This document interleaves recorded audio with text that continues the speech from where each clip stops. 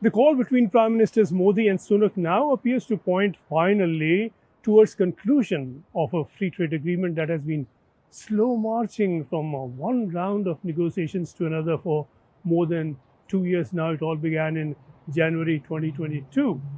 A statement on the talks said the two prime ministers assessed positively the progress made towards early conclusion of a free trade agreement.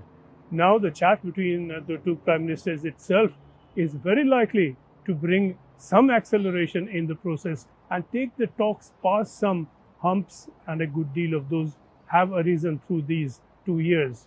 The Commerce Ministry had said last month that agreement has been reached on most of the 26 chapters under which discussions have taken place, and that the rest are at an advanced stage of negotiations.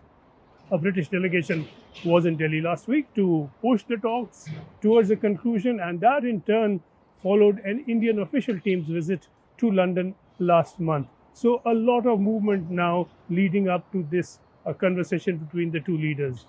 One of the last remaining issues has been market access, and it's a thorny one. The British have been looking for market access primarily for Scotch whisky, over which there appears to have been agreement, but also for cars and in the services in areas such as law and insurance. It would be tricky for the Indian government to give the British all they want by way of access in all these areas. Tricky for trade, tricky economically, and also politically. Another difficult area is intellectual property rights, where the British claims could potentially threaten India's huge generic drugs business, which is also a lifeline to millions around the world. But a compromise agreement is now being attempted quite quickly, given strong political compulsions in both countries that have risen with elections in mind. The Indian government certainly would like a deal before the Lok Sabha elections, which are around the corner, but of course, only if it believes it can sell the deal at home and not offer fodder to the opposition at a very critical time. The urgency is far greater in the UK.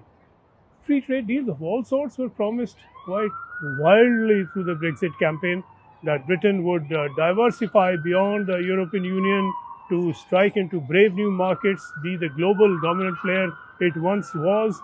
And some agreements that have come really only extend earlier agreements that had been rooted through the European Union rather than directly, and these are marginal extensions. The big ones promised were trade deals with the US and with India.